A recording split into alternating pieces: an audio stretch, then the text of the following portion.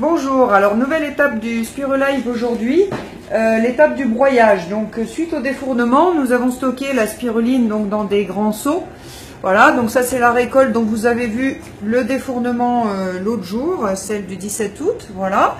Donc là on a des grands spaghettis et l'objectif maintenant c'est de transformer ça en petites brindilles que vous puissiez facilement ingérer. Donc pour ça on va procéder à l'étape du broyage.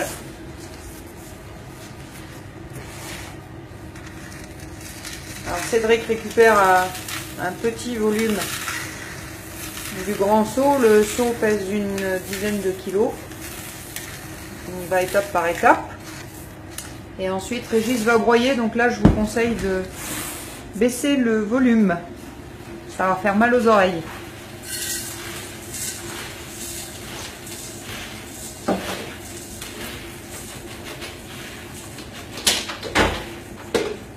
Voilà, donc le broyeur permet de broyer environ 1,1 kg à 1,2 kg 200 simultanément.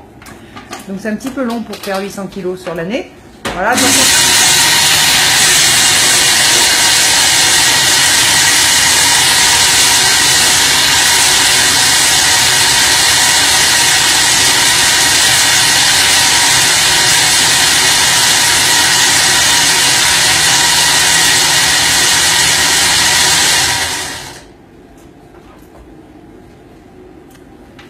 voilà, petit dégagement de poudre de spiruline et voilà donc la spiruline en brindilles, donc celle que vous consommez en fait.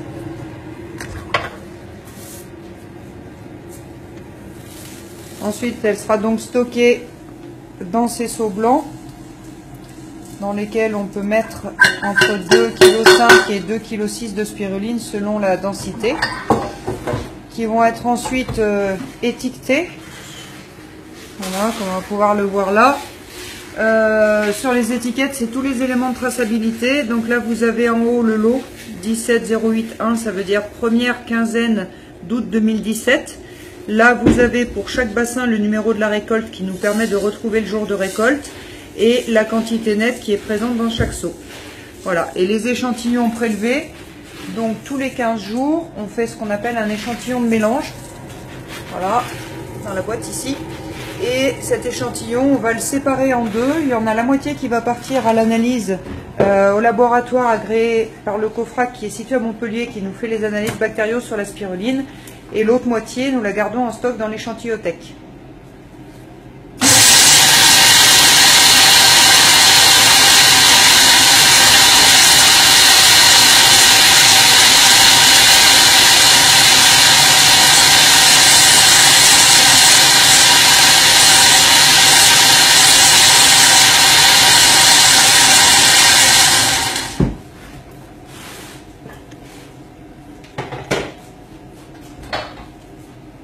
Alors Régis va compléter le seau. Alors là je l'embête parce que c'est pas sympa ce que je fais. Juste pour voir s'il t'en met trop. Celui-là apparemment on va monter jusqu'à 2600. Donc, pour pouvoir prélever 10 grammes d'échantillons et avoir des comptes ronds derrière, on va remplir jusqu'à 2610. Et non, trop. Donc 2610 moins 10. 2600 mètres.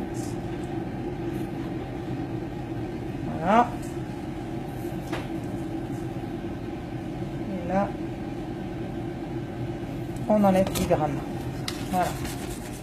Et donc là, Cédric vient de remplir l'étiquette correspondante. Je te laisse passer.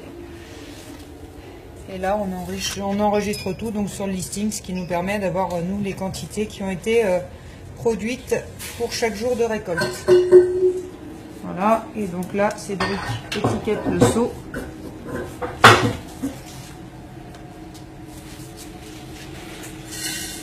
Et le ferme.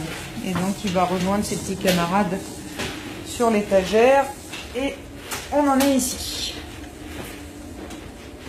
Voilà, et on se retrouve demain donc, pour la dernière étape, qui est l'étape de l'emboîtage et de l'ensachage. Bon après-midi.